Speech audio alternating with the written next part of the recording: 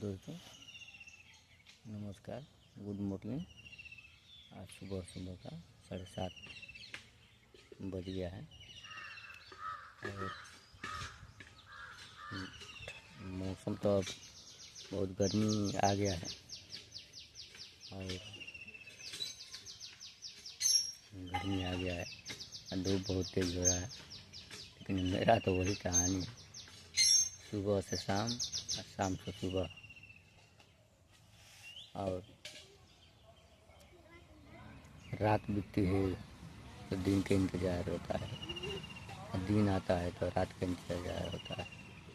यही हमारा जीवन है, कोई जीवन यही हो गया है। कृपया करके लाइक सब्सक्राइब कमेंट करिए दोस्तों और शेयर करिए, मेरा भी सपोर्ट मिल सके। जय हिंद।